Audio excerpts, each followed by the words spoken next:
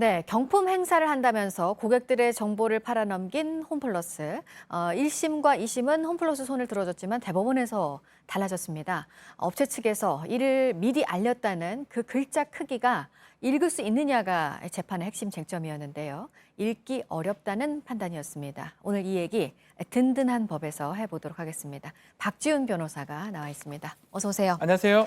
네. 그러니까 보험사에 이거를 정보를 줄 수 있다고 네. 업체는 미리 알렸다. 네. 근데 그 글자 크기가 1mm예요, 1mm. 너무 작아요. 네. 근데 1심, 2심에는 1mm라도 볼 수 있다. 그래서 고질했다. 정보 주체한테 고지, 동의를 받았다면 괜찮거든요. 정보보호 위반이 아니거든요. 네. 그 얘기를 하면서 또 다른 보험약관이나 이런 거 보면 그 정도 크기다. 그래서 별 문제가 없다고 했는데 대법원에서는요. 1mm라면 저도 봐서 안 보입니다.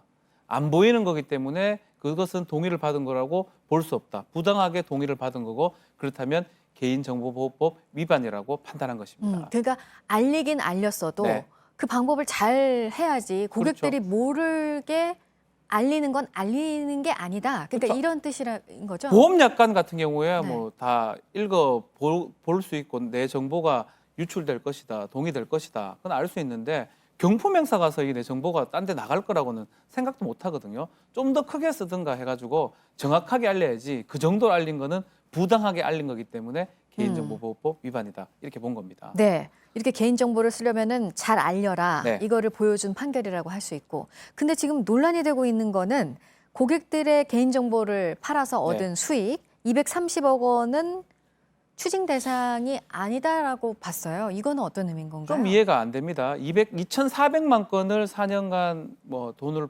팔아서 네. 230억 원의 수익을 얻었는데 그 수익에 대해서 결국은 벌금 7,500 정도고요. 홈플러스에. 그래서 수익을 이 몰수를 하든가 추징을 해야 되는데 형법상 몰수는요. 범죄에 제공되거나 범죄에 사용된 물건에 대해서 네. 몰수가 가능합니다. 어. 근데 그 물건이 없어져 가지고 없는 경우는 가액을 추징할 수 있다고 규정이 되어 있거든요. 네. 근데 정보는 물건이 아니기 때문에 유형적인 물건이 아니고 무형적인 거기 때문에 이게 수익이나 그 추징의 대상이 될 수가 없다라고 지금 판결이 된 건데 법으로 따져보면 맞습니다. 네. 그렇지만 상식에 좀 봤을 때 그만한 수익을 얻었는데 230억의 수익을 얻고 벌금 7,500만 원 낼 것 같으면 다 그렇게 하지요. 그러니까 이거는 법을 좀 형법을 좀 바꾸든지 네. 아니면 좀 적극적으로 해석을 좀 했었어야 되지 않을까 아쉬움이 좀 있습니다. 네, 그러니까 이번 판결이 그 개인정보와 관련해서 잘 소비자들에게 알려라, 네. 좋은 방법으로 잘 알려라 이 의미는 있지만 이렇게 개인정보를 뭐 어디다 팔아넘기고 해서 얻는 수익은 건드릴 수 없다 이렇게 네. 나온다면 또 그 부분이 부실해질 수 있는 거고요. 그렇죠. 법이 그렇기 때문에 어쩔 네. 수 없는 부분은 있습니다. 물건에 대해서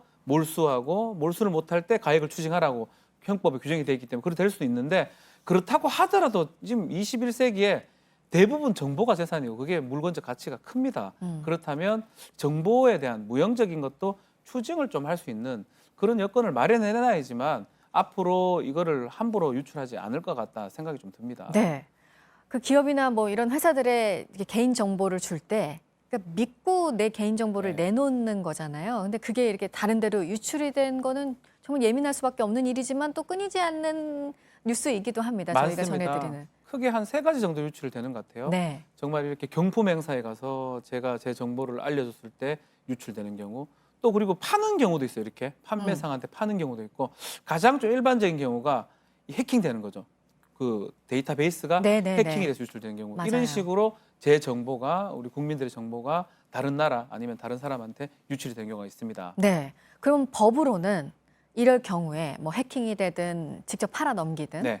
어떻게 기업의 책임을 묻고 있습니까? 법에서는. 법에서는요. 해킹을 했을 때는 기업은 사실은 과실이기 때문에 문제가 안 되고요. 해킹한 사람이 정보통신망법 위반이나 이런 게 되고요. 문제는 이제 팔거나 했을 때. 근데 이것도 법에 좀 맹점이 있습니다. 네. 개인정보보호법상에 정보 주체의 동의를 얻으면 팔 수 있도록 돼 있어요. 그래서 대부분 주체의 동의를 얻기 위해서 깨알같이 글씨를 적어 놓는 거거든요.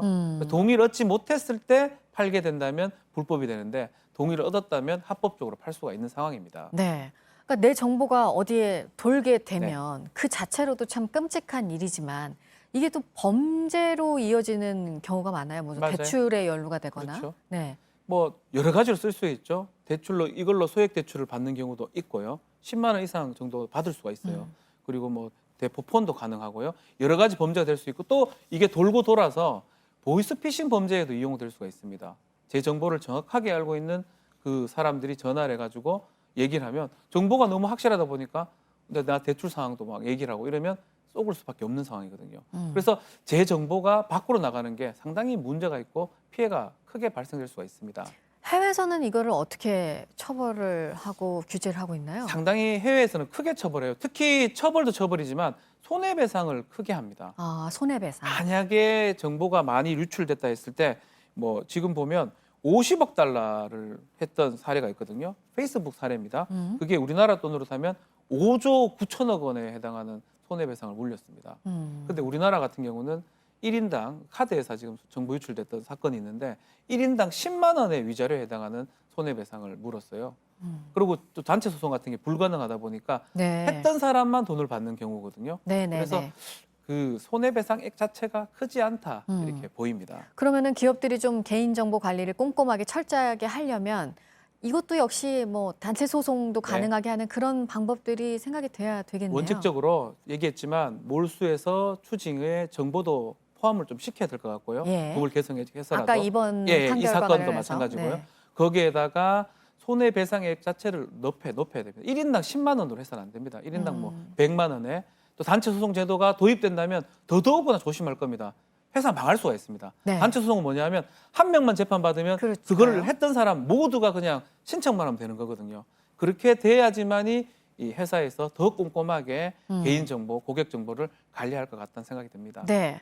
어쨌든 믿고 맡겨서 그 개인 정보들을 잘 관리는 해야 되지만 또 우리가 먼저 좀 하면 좋은 것들도 네. 있어요. 개인 정보를 맞아요. 입력하거나 할 때 조심해야 됩니다. 소비자 차원에서 뭐 이거는 뭐 여러 번 얘기를 해드리는 부분이지만 한번 말씀해 주실까요? 이거 얘기해 드릴게요. 경품 행사 네. 해도 좋습니다. 네. 그렇지만 정보 적는 거는 조심해야 될 것 네, 같고요. 네, 네. 그리고 개인 정보가 이제 유출됐는지 포털에서 확인이 가능해요. 그래서 사이트 같은 거 확인해서 포털 사이트에 내 정보가 어느 정도 갔는지를 좀 확인하고 혹시라도 주민번호가 유출됐다면 주민등록번호도 변경도 가능하거든요. 그리고 또 중요한 거는 똑같은 얘기지만 아이디나 비밀번호 같은 것들을 좀 자주 변경을 해야 되는데 오히려 변경을 해서 또 더 힘든 경우 저도 좀 까먹기도 하는데 근데 그러니까요. 그런 거는 좀 자기가 좀 챙겨야 될 것 같습니다. 알겠습니다. 박지훈 변호사였습니다. 잘 들었습니다. 감사합니다.